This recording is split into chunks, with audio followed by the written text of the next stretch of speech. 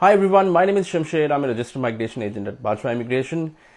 Friends, in the last few days, a lot of people have come to us asking about the new arrangements for aged care sector, particularly three occupations of personal care assistant, nursing aide or assistant nurse, and the other one is aged and disabled carer. Now, the government has announced a permanent residency pathway for these occupations. These are, remember, a level 4 pathway. These did not have a direct permanent residency pathway before.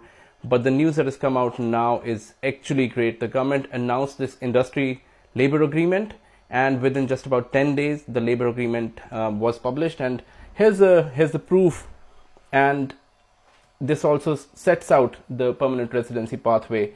Now, the great thing about this labor agreement is that, like any normal 186 visa, permanent employer sponsored visa, you don't necessarily have to stick to any one particular employer. If you already have at least 2 years of full-time or part-time equivalent work experience in these three occupations in Australia, and you have an employer who is willing to sponsor you for a permanent visa, this can actually happen. You don't have to first work on a 482 visa. Your employer can actually sponsor you for a permanent 186 visa. Here are the conditions. So you can see here item 7.1, permanent residency pathway. It says there is no concession, important thing to note, no concession for age for ENS, which means you must be under 45 when you apply for a 186 visa.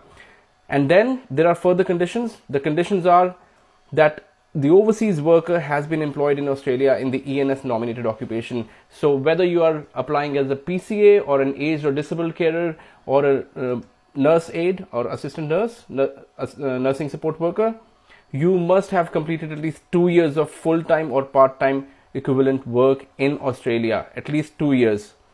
And you must have, and this experience is not tied to any particular employer, like I said before, or a visa. You could have performed that work while being on your 485 visa, your student visa, so long as you complied with the conditions of those visas.